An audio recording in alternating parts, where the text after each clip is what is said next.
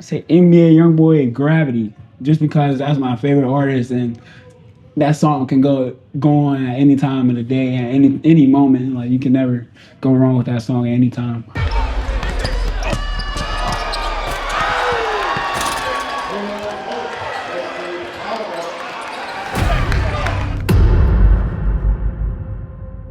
So Monday you were named to the McDonald's All-American game, one of 24 players. Is that a dream of yours, growing up, and what does it mean to make it? No, it's definitely a big dream. I dreamed of it since I was a little kid. Seeing it past McDonald's All-Americans all go to the league. The league is one of my goals. It's my biggest goal. So I feel like McDonald's All-American is a step on the way to that journey. It's definitely a dream come true. I've been dreaming from it since I was a little kid. So it's a blessing to become one. And when you found out, how crazy was your phone between Instagram, text calls? What was it an insane amount? Yeah, the phone was definitely blowing up, but my phone blows up a lot, so it didn't nothing crazy, but it was crazy. It was a good moment. It was a good feeling to have, and the work continues from there.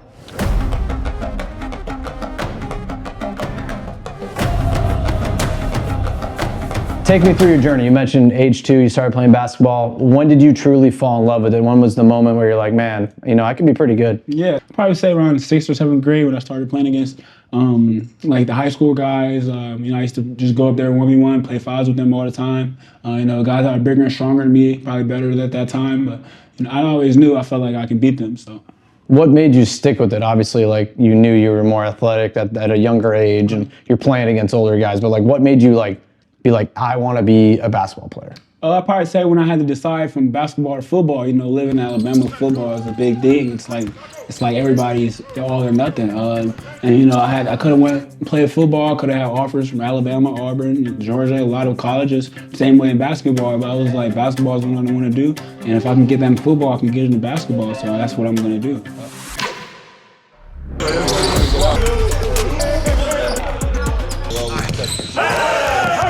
Who's had the biggest influence on you in your journey right now to basketball? You mentioned your dad. Yeah, my dad. I'd say my dad for sure. Just the sacrifices he made for me and my family, for me to be the best I can be at in my profession. Definitely my dad, though. Just the way he raised me and my sister, the way he's a basketball junkie, the way he studies the game. Nobody knows basketball more than my dad. So definitely my dad. Was he a hooper back in the day? Yeah. Where did he played wind at up? Alabama A&M. Alabama A&M? And he's from Alabama originally? From Georgia. Okay. From Georgia, yes, sir. Gotcha. You've mentioned that you like to run your own race. You're at a prolific prep program that, has had so many guys come through the doors. Now they're in Fort Lauderdale. You're the first year here, kind of face of the team. How do you deal with the everyday hardcore practices like we just saw in the games? How do you deal with the legacy that you're going to leave here at Prolific Prep? Today was actually just an easy day. Not an easy day, but it was a pretty smooth day. It was a pretty easy day.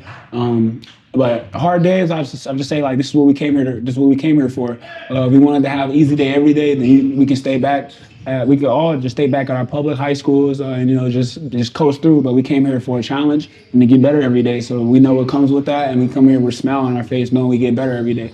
What makes these practices, not necessarily just the talent that's here, but with Ryan running the show, what makes these practices that maybe you noticed on the first practice when you showed up that's so much different than anything else? Oh yeah, just the intensity, how you have to gain speed at everything. The very first practice here, I was like, I thought I worked hard, but when I got here, it was a whole nother level, and I've adjusted to that, and I've got better every day. Talk about your relationship with Coach Ryan and what it means to you and what you've built while you've been here these last few months. It's been a great relationship with Coach Ryan. He's a young coach, so he's a player's coach. He judges with you off the court, but when you're on the court, it's straight business, and he knows that, and the team knows that. So when you're on the court, there's no joking around.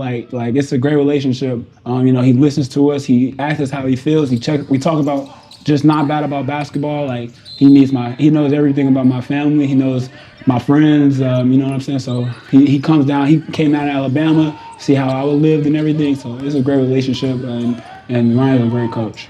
What's life like in Fort Lauderdale? Obviously, you've been in sunny environments most of your life. Alabama and Georgia gets a little colder, but what's Fort Lauderdale like for you? It's great, man. I was just talking to my teammate. I love we was just living. I was like, I just love living out here. Like I can walk outside with my wife beater and my shorts on and go. I could drive with my windows down, and it feels great. Just in the sceneries everywhere. Like it's just a rainbow day every day. You can't really have a bad day unless you try to out here. So yeah, I love it out here. And that leads me into the next question, because you've traveled a lot with Team USA, and we'll touch on that. But you've been to Italy, France, Switzerland, Mexico. I don't know if I'm missing anything. Which place was your favorite and why? I say Switzerland, like this past year, just because it was kind of American-like, and just the trip. It was probably the best trip I had, most fun with the guys. I say Switzerland was probably my funnest with USA. Talk about Team USA. Obviously, you've been super successful, winning gold championships, gold medals 3 years in a row. You got all that travel. You got to play against top players in the world. What did that do for you as a player, and how great was that experience? Yeah, it gave me a lot of confidence as a player. A lot of people get cut from that team. Me just being on that team 3 years in a row gave me a lot of confidence, let me know what I can actually be, the type of player I could be, the type of person I could be. It showed me a lot about the outside world. I got to build great relationships with the best players in the country. Like AJ played with DP the first year. You got Jaden Quainton is gonna be, you know what I'm saying? So it just built relationships and get to see a lot of things, and I got to have a lot of confidence in me and myself around that. So we expect to see you when you're in the NBA playing for Team USA? Yeah, 100%. Yeah.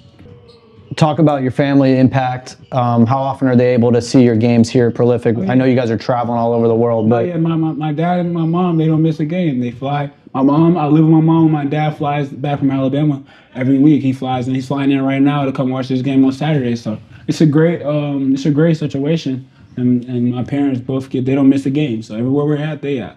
So between your mom and your dad, or maybe someone else, who's the loudest person yelling at games, and what are they saying when you're playing? I probably say my mom, and she's probably like, when I'm at the free throw line, she just said swish. Ever since I was little, she said swish, I'll make it. So that's probably my mom. I hear my mom's voice a lot. But just cheering on, but not being like, come on, Caleb, let's go. Like she's just like. Then my dad. My dad's not much of a yeller. Like, yeah. You know what I'm saying? You can just look at your dad and you can tell what he's saying by his face. So, yeah.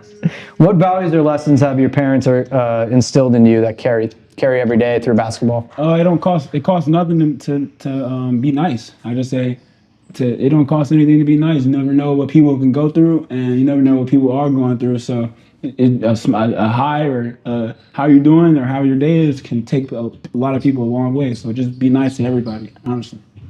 What's something that you appreciate every day that most people overlook in general? I just say having two parents. A lot of people don't have two parents, and as I got older, I got to see how much of a blessing it is to have the support system I have and the family I have. So that's probably my biggest appreciation. With all the success that you've had and you're going to have, how do you deal with the outside noise, haters, negativity, and even player comparisons? Like, how do you deal with all that stuff on a day-to-day? So I don't deal with it. I let other people deal with it. I know what I'm doing on the gym every day.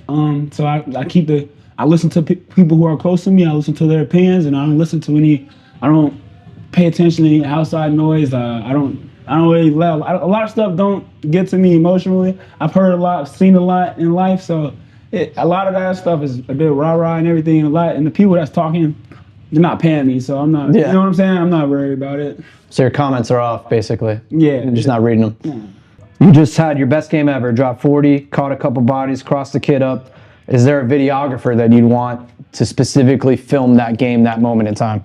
Nah, because if that happens, then everybody will see it. So I ain't tripping. Everybody will see it. It ain't tripping. Yeah. For sure.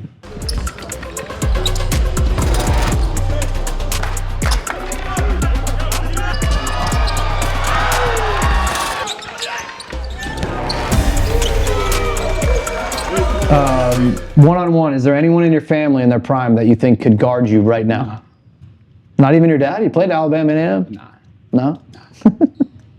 If you could still steal one skill from any NBA player, what would it be and why? Steph Curry shooting, just because it makes him unguardable. Yeah, it's the most common answer. Yeah. Now some fun stuff. So what's something people would be surprised to know about you outside of basketball? Something fun, a hobby or something? I love Netflix. I just like to chill and watch Netflix.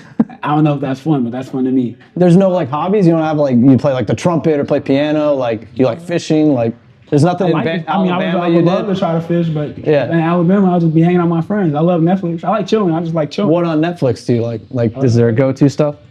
Love Island or something? Anything. It don't matter.